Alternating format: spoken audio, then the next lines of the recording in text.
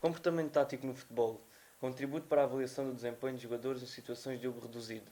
O nosso estudo baseia-se na relação entre a dimensão do campo de jogo e os comportamentos táticos do jogador de futebol. Foram avaliadas 1476 ações táticas desempenhadas por 12 jogadores da categoria sub-15. Quanto a este escalão, juntamente com os sub-17, são os escalões de formação que apresentam mais mudanças significativas nos comportamentos táticos por intermédio de jogos reduzidos. O instrumento utilizado para a recolha e a análise dos dados foi o teste guarda-redes mais 3x3 mais guarda-redes. Permite avaliar as ações táticas desempenhadas por cada um dos jogadores participantes, com e sem bola, de acordo com os princípios táticos fundamentais do jogo de futebol, tendo em conta a localização da ação no campo de jogo e o seu resultado final. Princípios táticos acontecem a partir dos comportamentos tático-técnicos dos jogadores. Ajudam na seleção e na execução da ação necessária à situação. Separam-se em princípios gerais, comuns a diferentes fases de jogo. Não permitir a inferioridade numérica, evitar a igualdade numérica e procurar situações de superioridade numérica. Princípios operacionais. Na defesa, anular situações de finalização, recuperar a bola, impedir a progressão do adversário, proteger a baliza e reduzir o espaço do jogo adversário. No ataque, conservar a bola, construir ações ofensivas, progredir pelo campo do jogo adversário e criar situações de finalização e finalizar na baliza adversária. Princípios fundamentais. Orientam as ações dos jogadores e da equipa nas duas fases de jogo, defesa e ataque. Defesa, contenção, equilíbrio, cobertura defensiva e concentração. Ataque, penetração, cobertura ofensiva, mobilidade e espaço. Os resultados do estudo mostraram 26 diferenças significativas entre as 76 variáveis analisadas nesse estudo. Destas, 21 demonstraram valores superiores no campo menor, 27 por 18, e somente 5 no campo maior, 36 por 27. Conclui-se que os comportamentos desempenhados pelos jogadores de futebol foram influenciados pelas alterações nas dimensões do campo de jogo. No jogo de futebol, as capacidades táticas e os processos cognitivos subjacentes à tomada de decisão são considerados requisitivos essenciais para a excelência e melhoria do desempenho desportivo. 3 constrangimentos específicos do jogo. A maioria das ações ocorre sem que os praticantes estejam em contacto direto com a bola. Praticantes com limitado domínio das habilidades técnicas são capazes de jogar se tiverem um nível razoável de compreensão tática. Pouco conhecimento tático pode comprometer o uso oportuno e ajustado das habilidades técnicas.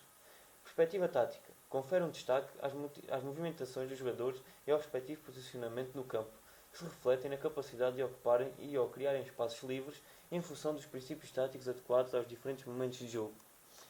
Proporcionar o desenvolvimento dos princípios e as competências táticas de jogo é alterar durante o processo de ensino e treino a estrutura formal e funcional do jogo. Através dessas alterações pode-se manipular a complexidade do jogo de acordo com o conhecimento tático e o nível de desempenho do praticante. Isso acontece quando o treinador modifica a estrutura ou o conteúdo dos exercícios para facilitar o fluxo de jogo ou para induzir a ocorrência das ações relacionadas com as capacidades táticas. As alterações no espaço de jogo propiciam mudanças no seu fluxo e condicionam as movimentações em campo, refletindo na forma como os jogadores e as equipas defendem e atacam e como usam o espaço de jogo disponível para fazer variar os seus comportamentos. Avaliadas 1476 ações táticas, 701 das quais ofensivas e 775 defensivas. As variáveis dependentes estão agrupadas em duas macrocategorias: observação e produto. Observação inclui princípios táticos, localização da ação do campo, jogo, resultado da ação. E o produto inclui índice de performance tática, ações táticas, percentual de erros e localização da ação relativa aos princípios. Esta última categoria corresponde à realização das ações táticas relativas aos princípios ofensivos no meio campo defensivo e de ações táticas relativas aos princípios defensivos no meio campo ofensivo. A avaliação é realizada em dois clubes portugueses. A escolha destes dois clubes decorre pelo facto de possuírem equipas com níveis de desempenho semelhantes. Disputam campeonatos regionais da categoria de sub-15. O teste guarda-redes mais 3x3 mais guarda-redes dura entre 4 a 8 minutos de jogo, aplicado em campos com duas dimensões diferentes no sentido de averiguar de que modo os comportamentos táticos dos jogadores variam. Os praticantes foram divididos aleatoriamente em duas equipas de 3 jogadores e um guarda-redes em cada baliza. Foi solicitado aos jogadores que jogassem de acordo com as regras oficiais de jogo, com exceção da regra de fora de jogo. Este teste garantiu a ocorrência de todos os princípios táticos inerentes ao jogo formal do 11 para 11, pelo facto de permitir, em termos ofensivos, passar de uma escolha binária a uma escolha múltipla e preservar a noção do jogo sem bola, uma vez que reúne o portador da bola e dois potenciais receptores. Do ponto de vista defensivo, reúne um defensor direto ao portador da bola, primeiro defesa, para realizar a contenção e 2 defensores, segundo e terceiro, relativamente mais afastados do portador da bola para concretizarem eventuais coberturas, dobras e compensações, com isto respeitando os outros princípios táticos defensivos. Neste quadro, verifica-se os cálculos das variáveis que são feitos com base no critério de realização do princípio tático por parte dos jogadores e nas 3 categorias de variáveis que compõem a macrocategoria observação. Aqui verifica-se a formulação das definições, a categorização e a criação de códigos para cada uma dessas variáveis, as categorias, as subcategorias, as variáveis, as definições e os códigos que são utilizados no instrumento de observação do teste guarda-redes mais 3 critérios mais guarda-redes podem aqui ser consultados. A figura 3 mostra as referências espaciais, as ações táticas e os indicadores de performance de cada princípio presente no teste realizado. Quanto aos resultados da macrocategoria observação, das 24 variáveis apresentadas na tabela, 13 apresentam diferenças significativas entre os comportamentos realizados nos 2 campos considerados. As ações táticas realizadas pelos jogadores mostram que a prática do jogo no campo menor permitiu aos jogadores executarem mais ações táticas que os jogadores do campo maior.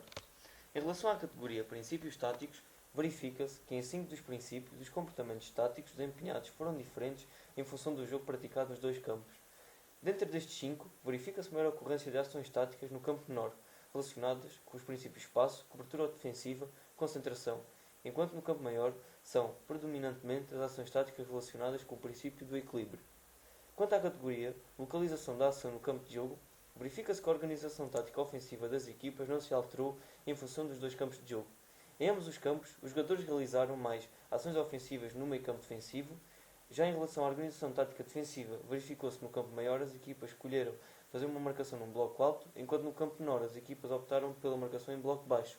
Resultado da ação, as diferenças ocorreram tanto na fase defensiva como na fase ofensiva. A seguinte tabela apresenta as médias e os desvios padrões das variáveis da macrocategoria produto.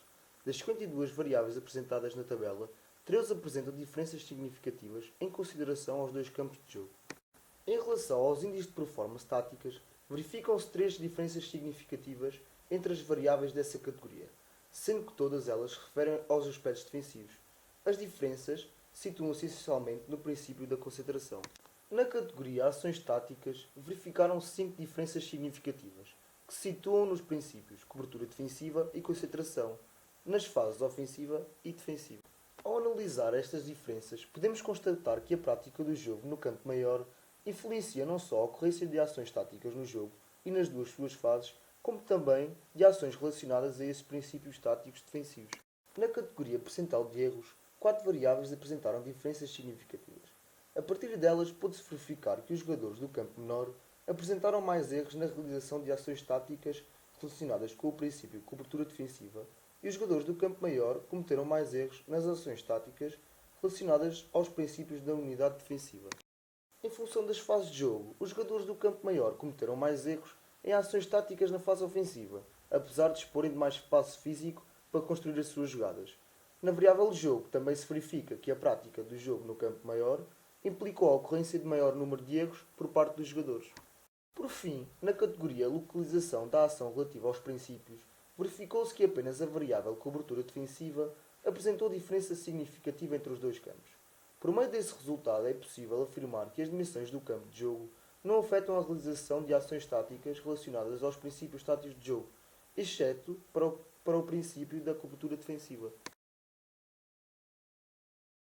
Em modo de discussão, o jogo praticado no campo de menor dimensão permitia aos jogadores realizarem mais trocas de bola e, consequentemente, apresentar mais dinâmica de jogo. Os comportamentos também se diferenciaram quanto ao desempenho e ao percentual de erros cometidos. Constatou-se que no campo menor, os jogadores cometeram menos erros de execução das ações relacionadas aos princípios táticos e obtiveram melhores índices de performance tática no que se refere aos aspectos defensivos de jogo. Verificou-se também que a prática do jogo no campo maior apresentou aos jogadores maior dificuldade para gerir o espaço de jogo e realizar com sucesso as ações táticas relacionadas aos princípios defensivos. O jogo no campo menor apresentou-se mais fragmentado, com mais paralisações das ações ofensivas, enquanto no campo maior as equipas tiveram maiores dificuldades para recuperar a posse da bola. No que se refere à organização defensiva, constatou-se que os jogadores do campo menor realizaram mais ações de cobertura defensiva no campo ofensivo, provavelmente porque a dimensão do campo faz com que os jogadores se aproximem mais do centro de jogo e realizem mais ações táticas próximas à bola.